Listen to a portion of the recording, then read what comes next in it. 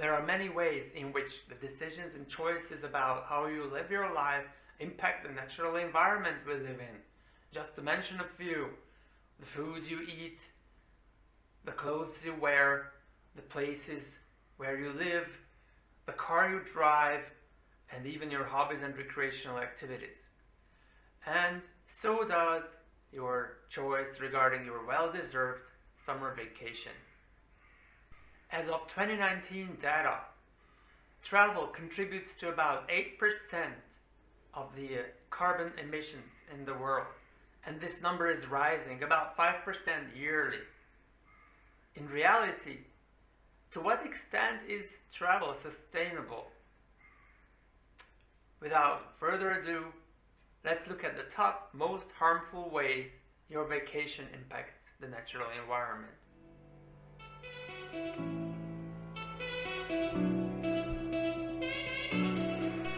Hello planet! I am Tom SRD and you're watching SRD Planet, where we talk sustainability, resources and diversity. Today's topic is the top 3 ways your vacation impacts the natural environment and the top 3 ways you can alleviate this effect. Without much further ado, let's get into it. Number 1 is flights, overseas travel. Long distance flights over the ocean or across continents will contribute to about 2 tons of carbon dioxide emission per person. If you take this number over one continent, like over the United States or within Europe, this number would be half a ton of carbon dioxide per person. Take that for a family of 4. You do the math. And that's only the flight alone. And then you had to rent another accommodation at your destination, leaving your home empty, and often with the fridge and air conditioning running. Such a waste. Number 2 is cruise ships. Cruise ships usually run on lower quality diesel oil, and they constitute to about 1 ton of carbon dioxide emission per person for one cruise vacation. That's still a huge emission, although lower than that of flights. And there's a side effect to cruise ships. There's an increasing amount of complaints coming from holiday destinations that the arrival of a cruise ship results in a huge crowd flooding from the ship into the destination.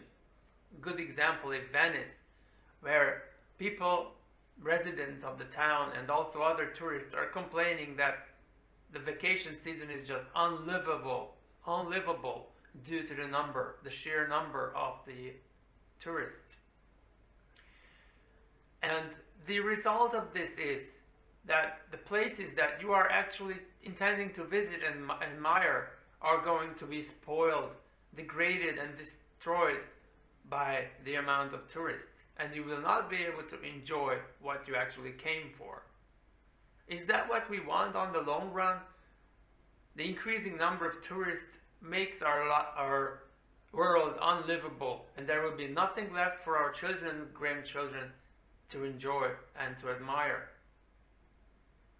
Also, as a result of over-tourism, the natural landscape is degraded because the number of tourists requires the destination to build up facilities to accommodate those visitors. Infrastructures like road, buildings for hotels, restaurants, and all this degrades the natural environment, plus the number of people also puts a burden on the landscape. Trails, hiking trails also degrade the natural landscape and the habitat of native species and people. Number 3 is ecotourism. Yes, you heard it well. I said ecotourism.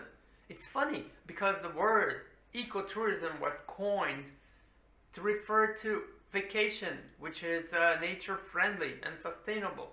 However, Just due to the number of tourists visiting unique endangered locations, the effect of ecotourism is actually often negative, more negative than positive. Pristine and unique natural places such as Galapagos, Komodo Island, Borneo, or African savanna are visited by more and more tourists. And as these places are also a habitat for endangered species, the effect of tourism is actually debated by environmentalists. By visiting these locations, you don't necessarily help save the endangered species living there. Just by visiting, you're putting a burden on the environment. You're disturbing the wildlife living there, disturbing them by frightening them, feeding them, just being too close to them and getting them used to the proximity of humans, and you're breaking off plants, which are also degrading the natural environment. Ecotourism is nowadays interpreted in two different ways.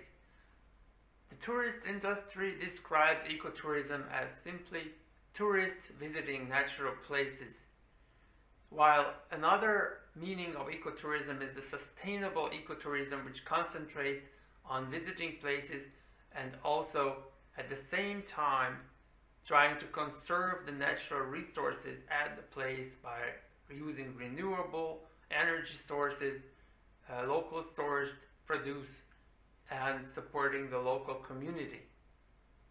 Ecotourism, in the sense of sustainable ecotourism, has also, of course, positive effects, especially at places where limitations on the number of tourists in the form of quotas have been imposed, and where they are collecting fees, high enough fees from these tourists to actually really maintain the local ecosystem, where they really effectively use the income for conservation.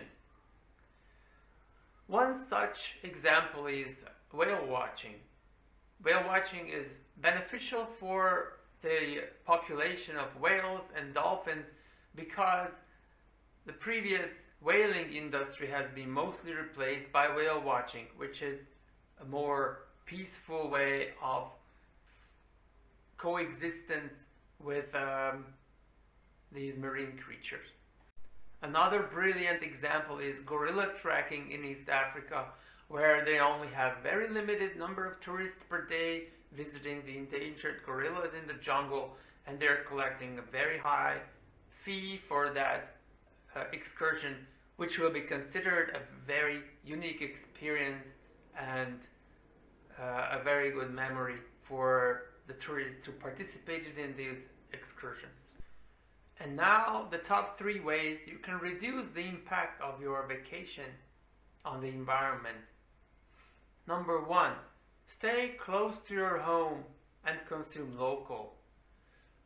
Okay, relax, don't go mad about this. I don't want you to scrap your plans regarding your once-in-a-lifetime honeymoon or your trip you've been saving up for over a decade. But what I want you to consider is, if you belong to one of those lucky ones who get to travel more than once a year to exotic destinations, then skip every second or third of your overseas trip and choose to stay close to your home and discover the area around you. Use that for a local getaway. Believe me, it does make a huge difference. And if you think that the poor countries where you're usually traveling and where you're generating income are going to make a difference for those countries, well, I will have to disappoint you. I don't think on the long run any of those destinations will really benefit from the number of tourists, because the income that the tourists generate are usually taken away from the country by huge international companies and organizations, and very little actually is remaining in the country where you think you have contributed to a better life. You also need to consider that the constant increase of the number of tourists is not sustainable, and in the end it's going to contribute to the degradation and destruction of those destinations. So in the end, nobody will be able to enjoy those vacation destinations, including the people living there and our children and grandchildren. So believe me, it is a good choice to skip every second or third long distance overseas vacation and stay local. By staying local, you also support your home region, the industries in the local region, and if you choose destinations which are conveniently accessible by public transportation, that's how you reduce your carbon footprint the most. Number 2, choose sustainable ecotourism. Pay attention to your lifestyle at your holiday destination. You need to be aware of how much energy and waste you generate during your stay and how that compares to the lifestyle of the local population. Once you have arrived at your holiday destination, pay attention to how much water you use, how much energy you use, and when going out, use sustainable mode of transportation, either walk or rent a bike, and thereby reduce the emissions in the local area and don't contribute to traffic congestion if possible. Another good choice is to choose eco-friendly campsites, lodges, or hotels instead of luxurious 5 or 7-star hotels. There are many accommodations that are proud of being eco-friendly, and you can find these accommodations and prefer them for your stay over. A step even further is eco-vacation, which involves the use of renewable energy, captured rainwater, and locally sourced products. Once you are there and you are using products, pay attention to reusing and recycling as much of your waste as possible.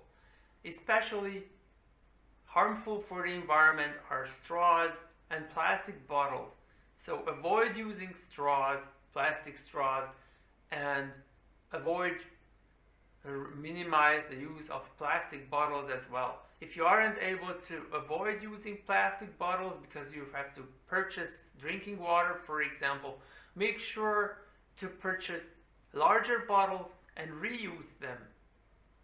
Also, when purchasing things in stores, turn down the offer for free plastic bags, because plastic bags are also a very major contaminant which will get out into the environment and especially in the ocean, and can be very harmful to the species living there. Number 3, the easiest and I would say laziest action you can take is to support an environmental organization by sending a donation while during the time you book your travel.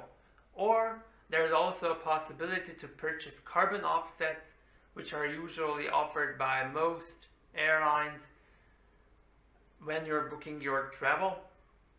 This will involve supporting projects such as planting trees or installation of a new renewable energy plant, or installation of water cleaning facilities, etc. These actions seem to be very easy. However, the effect is debated or questionable, as it is often difficult to really trace how big impact and how much help actually your donation or your carbon offset contributes to the environmental protection effort. You have been watching SRD Planet, the place where we talk sustainability, resources, and diversity. Thank you very much for your attention. Please check out my links below in the description, and don't forget to enter your comments and questions in the comments section, like and subscribe the video, and I hope to see you in the next episode.